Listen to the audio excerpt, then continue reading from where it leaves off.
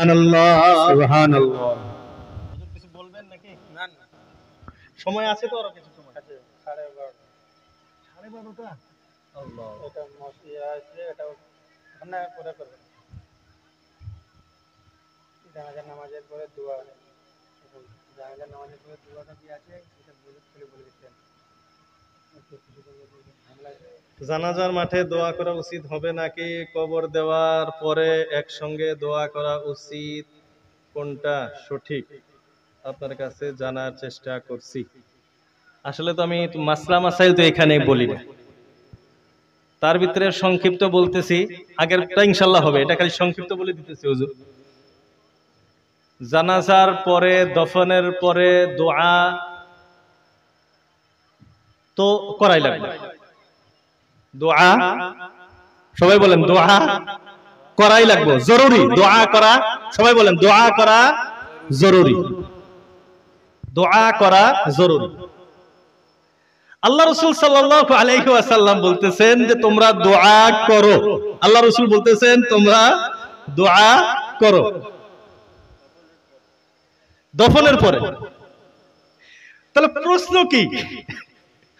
আসলে যে প্রশ্নটা হলো, আমাদের এলাকায় আছে, আমি বুঝছি আপনাদের এলাকায় আছে, আমাদের এলাকায় ঝামেলা আছে, ওই জন্যই প্রশ্নটা আছে, হাত উঠিয়ে দোয়া করা যাবে কি যাবে?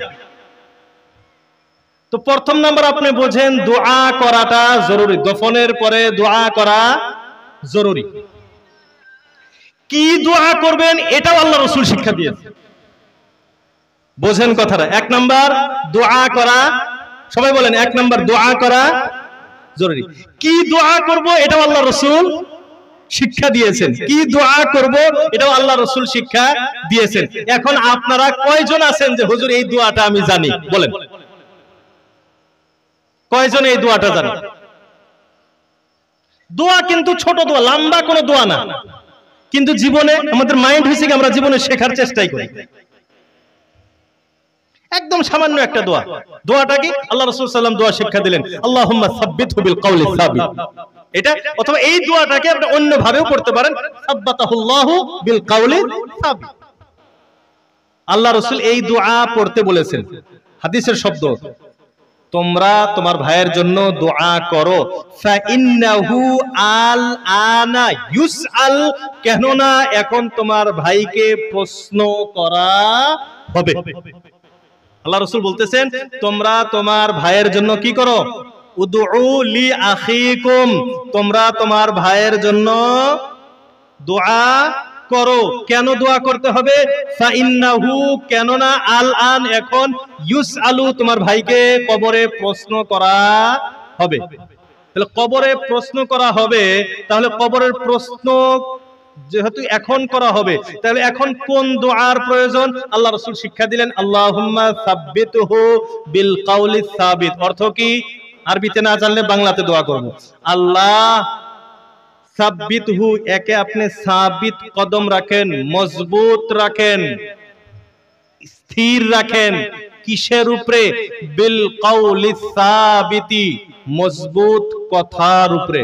তার মানে সঠিক জবাব দেওয়ার উপরে আমার ভাইকে আপনি স্থির রাখেন। এই দোয়া আল্লাহর কাছে।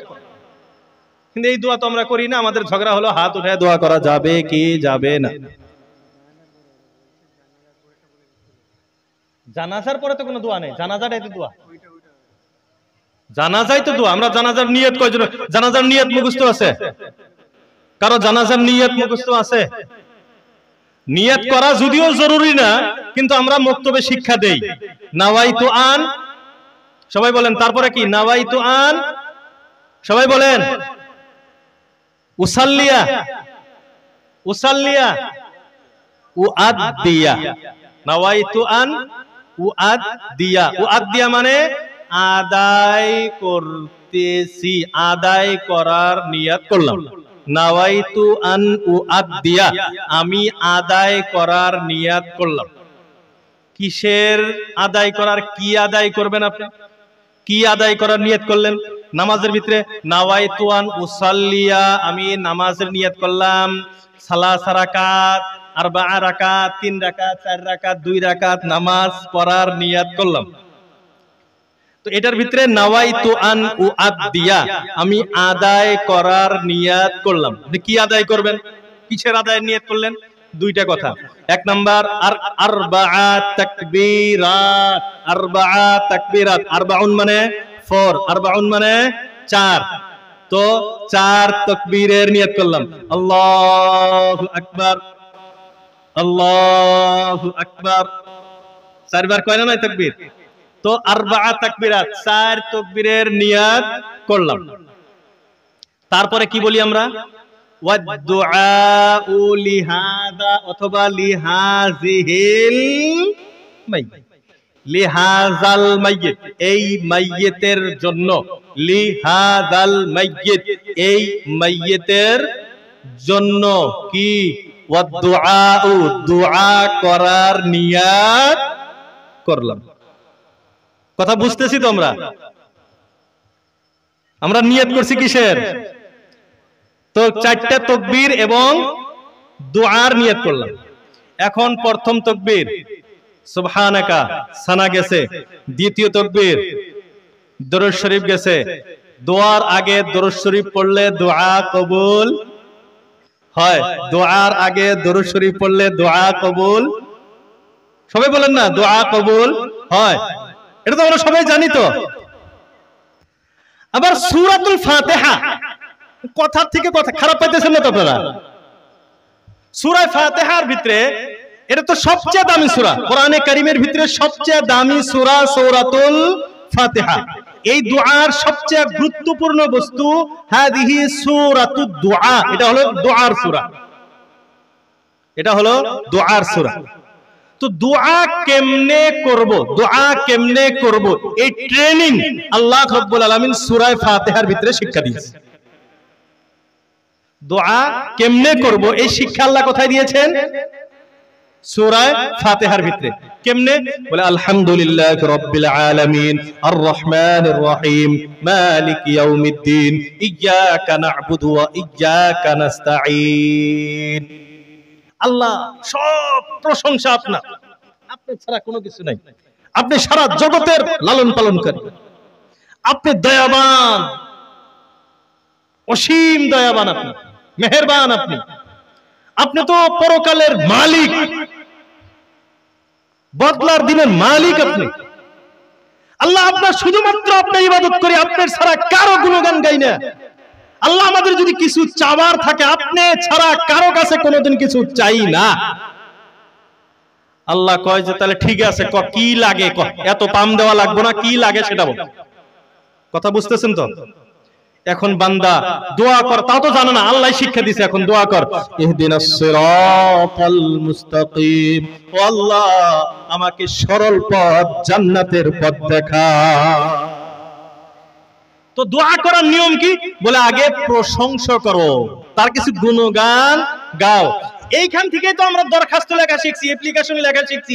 এমএলএ কে দরখাস্ত লিখি, এমপি কে দরখাস্ত লিখি, প্রথমে কি লিখি? আপনি তো এইরকম, এটা ওইটা, অমুক তমুক। তারপর লিখতে লিখি স্যার এই এলাকার সব মানুষ আপনার দলের। আল্লাহকে 10 জন দলের আর 50 জন অন্য দলের, কিন্তু লেখে কি?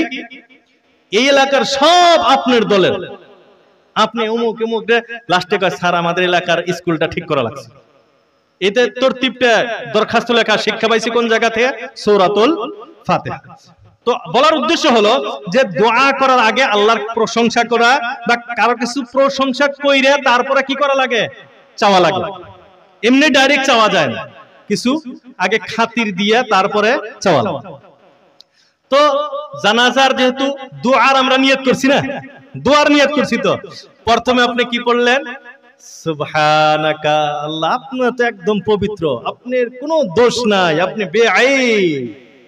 আল্লাহ প্রশংসা করলেন। তাহলে প্রশংসা করার পরে বলে চাও, তাই না? চাওয়ার আগে কিছু, যার কাছে চামু তার প্রশংসা করা লাগে। প্রশংসা হয়ে গেছে। এখন হাদিসের ভিতরে আসছে দরুদ পড়ে হেরে চাইলে আল্লাহ তাড়াতাড়ি দেয়। এখন দরুদও পড়লাম, আল্লাহুম্মা, দ্বিতীয় তাকবীর দিয়ে দরুদ পড়লাম, আল্লাহুম্মা সাল্লি আলা, দরুদ পড়লাম। এখন দরুদ পড়া হইছে, তো আল্লাহর প্রশংসাও হয়ে গেছে। বলে এখন চাওয়া লাগে, আল্লাহুম্মা গফির লি হাইয়িনা ওয়া মাইয়িতিনা, আল্লাহুম্মা গফির, ও আল্লাহ ইগফির, আপনি ক্ষমা করে দেন, লিহাইয়িনা লিমাইয়িতিনা, আমাদের যারা জীবিত তাদেরকেও ক্ষমা করে দেন, ওয়া মাইয়িতিনা, আমাদের যত মুর্দাগান আছে সবাইকে আপনি মাফ করে দেন।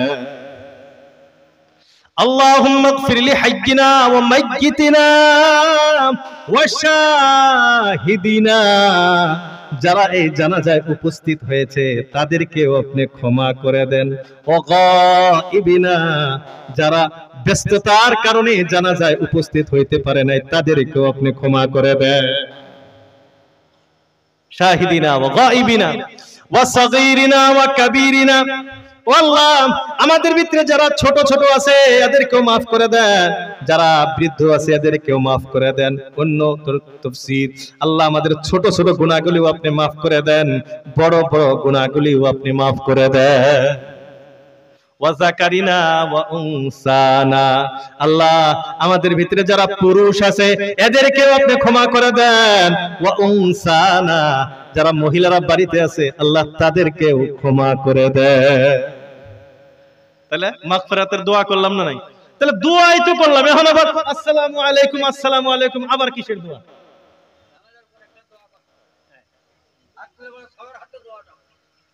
আপনি তো দোয়াই করলেন না, দোয়াই তো করলেন, তাহলে এরপরে আবার কিসের দোয়া? আমাকে এটাকে বুঝাইতে হবে তো। দোয়া করে আপনি শেষ করে ফেলেন, বলে আবার খারাপ সবাই দোয়া করবো, বোঝা তো লাগবে আমার না। আল্লাহ, তো জানাজা শেষ, ভেজাল শেষ, এখন আপনার দফনের কাজ। এজন্য হাদিস দেখেন, এখন হাদিস দেখেন, আল্লাহ রাসূল সাল্লাল্লাহু আলাইহি সাল্লাম কি বলেন? কোন বান্দা জানাজায় শিরকত করছে, দফনে শিরকত করে নাই, এক কিরাত সওয়াব। এক কিরাত বলে উহুদ পাহাড় বরাবর সওয়াব। জানাজাও পড়ছে আবার দফনও করছে, বলে দুই কিরাত সওয়াব, দুই উহুদ পাহাড় সমতুল্য সওয়াব। সুবহানাল্লাহ। এখন জানাজার পরে আবার কি, দফনের পরে আবার দোয়া, বললাম দোয়া করা জরুরি। কি দোয়া করব? এই দোয়াও শিক্ষা আল্লাহ রাসূল সাল্লাল্লাহু আলাইহি ওয়াসাল্লাম নিজেই দিয়েছে। এখন হাত তুলে দোয়া করা যাবে কি যাবে না এটা নিয়ে মতভেদ আছে, ইখতিলাফ আছে। বুখারী শরীফের একটা সরার ভিতরে একটা জায়গায় শুধুমাত্র আছে, আল্লাহ রাসূল সাল্লাল্লাহু আলাইহি ওয়াসাল্লাম একদিন জানাজার দফনের পরে একদিন হাত তুলে দোয়া করছে। এখন মাসআলা হলো, যে আমল আল্লাহ রাসূল যেভাবে করছে, দেখেন বোঝার বস্তু, যে আমল আল্লাহর রাসূল যেভাবে করছে ওটাকে ওইভাবেই গুরুত্ব দেওয়া, এটাই সুন্নাত। আল্লাহ রাসূল যেটাকে জীবনে একবার করছে আপনিও জীবনে একবারই করতে পারেন।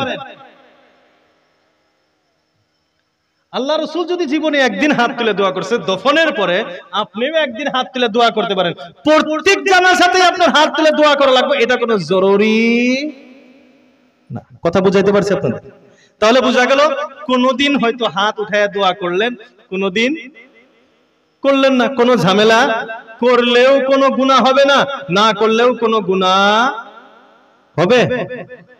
হ্যাঁ, ওই দোয়াটা যে আগে যেটা শিক্ষা দিলাম এটা কিন্তু জরুরি, এই দোয়া জরুরি। আসলে থেকে আমাদের সমাজের কি, আমাদের জানার অভাবে আমাদের ভিতরে বিভিন্ন ইখতিলাফ আছে। আসলে মাইয়িতকে দফন করার পর করণীয় কি এটা আমাদের জানা নাই।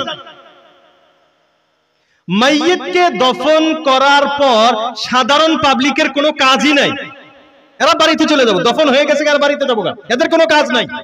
কাজ কি? সুন্নতি তরিকা কি দফনের? মাইয়িতকে দফন করার পর দফন যখন ক্লিয়ার হয়ে গেছে, মাটি টাটি একদম আপনি সব ঠিকঠাক করছেন, এখন এক নাম্বার কাজ মাইয়িতের মাথার দিকে খাড়া হয়ে দাঁড়িয়ে সূরাতুল বাকারার প্রথম রুকু তেলাওয়াত করা। বিসমিল্লাহির রহমানির রহিম, আলিফ লাম মিম যালিকাল কিতাবু লা রাইবা ফি ইলা আখির ওয়া লাহুম আযাবুন আলীম, এই পর্যন্ত তেলাওয়াত করা মাইয়িতের মাথার দিকে দাঁড়িয়ে। তারপর মাইয়িতের পায়ের দিকে দাঁড়িয়ে সূরাতুল বাকারার আখিরি রুকু, লিল্লাহি মা ফিস সামাওয়াতি ওয়া মা ফিল আরদ ওয়া ইন তুবদু মা ফি আনফুসিকুম ওয়া তুখফু ইউহাসিবুকুম বিহিল্লাহ ইলা আখিরি রুকু। শেষ হবে।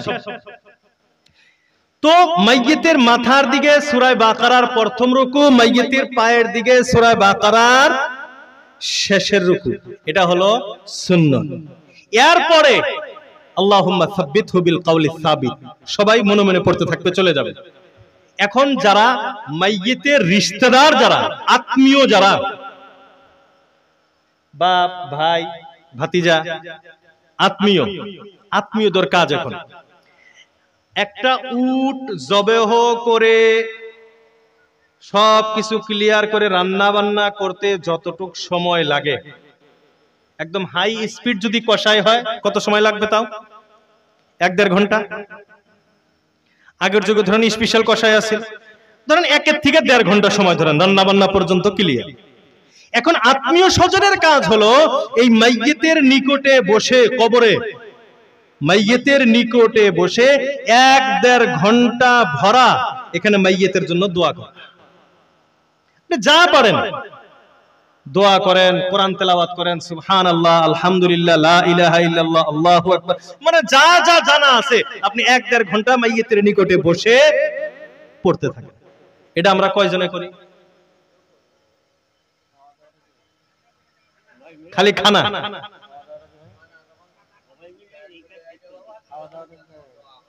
হ্যাঁ, এলানটা কিন্তু অমুক দিন সবারই দাওয়াত আমার বাড়িতে,